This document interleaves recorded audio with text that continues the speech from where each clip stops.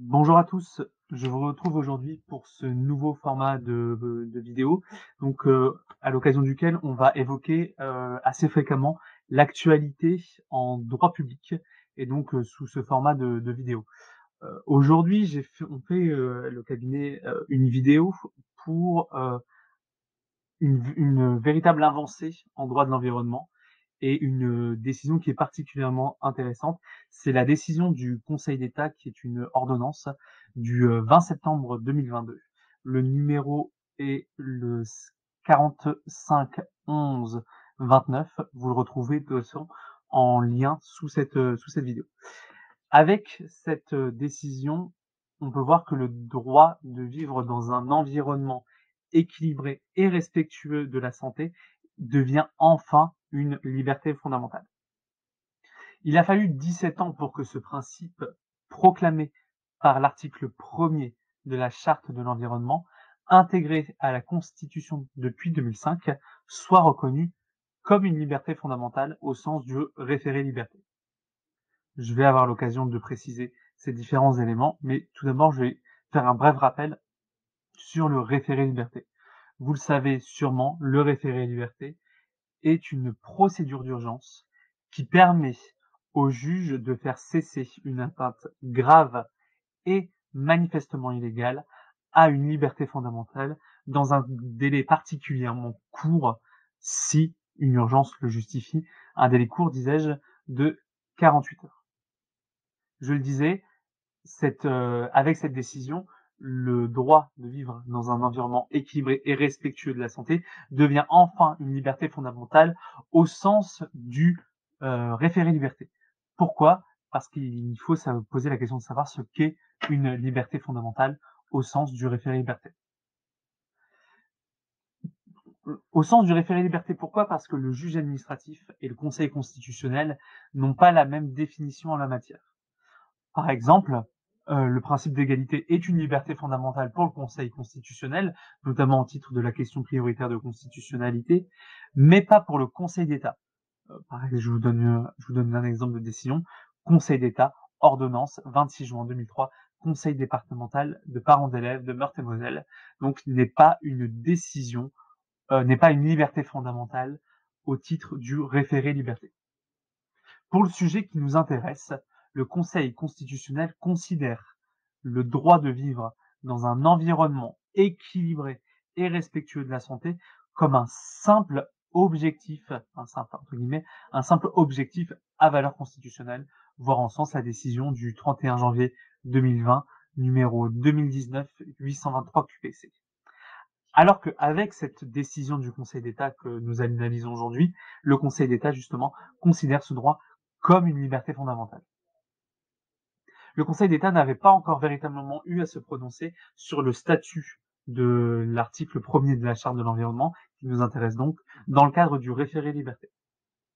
Seuls les tribunaux administratifs s'étaient prononcés sur la reconnaissance de cette disposition comme liberté fondamentale et n'avaient pas tous la même position en la matière. Pour une telle reconnaissance, par exemple la décision du TA de Châlons-en-Champagne, 29 avril 2005, Conservatoire du patrimoine naturel, ou alors pour un refus donc de reconnaissance comme une liberté fondamentale, la décision du TA de Strasbourg, 19 août 2005, Association de protection de l'environnement du canton de Verny. Le Conseil d'État donc a eu à se prononcer dans cette affaire où étaient en cause des travaux de recalibrage de la route départementale numéro 29 au lieu dit Les Martins sur le territoire de la commune de La Crau, qui, selon les requérants, portait atteinte de manière irréversible à des espèces protégées et entraînerait la destruction de leur habitat.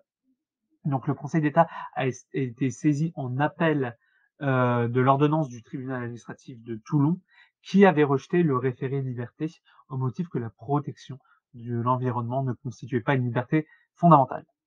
Le Conseil d'État va censurer les premiers juges pour cette interprétation. Reprenons le considérant. Et ce qui nous intéresse, c'est notamment le début que je me permets de lire. Le droit de chacun de vivre dans un environnement équilibré et respectueux de la santé tel que proclamé par l'article 1er de la Charte de l'environnement, présente le caractère d'une liberté fondamentale au sens de l'article L. 521-2 du Code de justice administrative, c'est-à-dire au sens du référé liberté. Ce qui est intéressant, et vous le constatez dans ce considérant, c'est que le Conseil d'État va détailler la façon de procéder pour qu'un référé liberté prospère sur ce fondement. Et c'est pour ça, on le verra, qu'on peut difficilement considérer que c'est une énorme évolution dans le droit de l'environnement, parce que il y a des conditions qui sont assez sévères en réalité. Donc, classiquement, il faut donc une atteinte grave et manifestement illégale au droit de chacun de vivre dans un environnement équilibré et respectueux de la santé. Atteinte grave et manifestement illégale, c'est une condition du référé liberté, donc il n'y a pas de véritable innovation sur ce point. Après, ensuite, le requérant va devoir justifier au regard de sa situation personnelle, notamment si ces conditions ou son cadre de vie sont gravement et directement infectés ou des intérêts qu'elle entend défendre, qui y est porté une atteinte grave et manifestement illégale à cette situation personnelle du requérant. Donc, il devra ensuite faire état de circonstances particulières caractérisant la nécessité pour lui de bénéficier, dans le très bref délai prévu par ces dispositions, 48 heures donc, d'une mesure de la nature de celles que peuvent être ordonnées sur le fondement de cet article. Et sur ce point, il y a de la jurisprudence en la matière qui restreignent ce que le juge du référé liberté peut faire ou non. Enfin, il faudra faire le constat que les mesures de sauvegarde nécessaires peuvent être prises à très bref délai.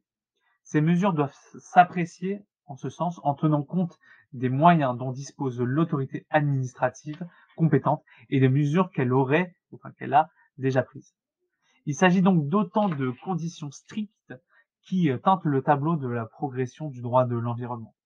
Ce qui est enfin intéressant de relever, c'est le résumé sous cette décision qui fait état des différentes procédures utilisables afin de prévenir ou de faire cesser une atteinte à l'environnement, qui peuvent être choisies cumulativement ou préférées par rapport au référé liberté en fonction des limites et des conditions que je viens de vous exposer ci-dessus.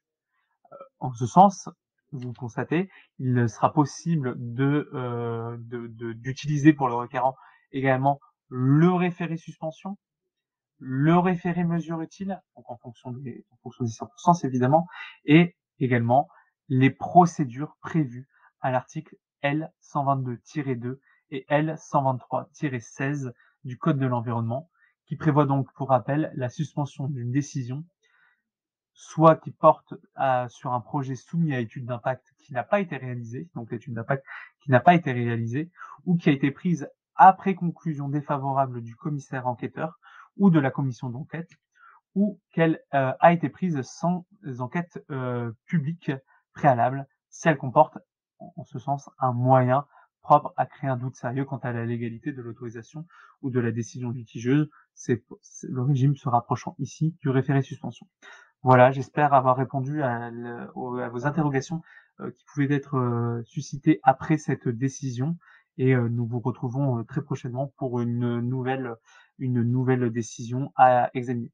À très bientôt.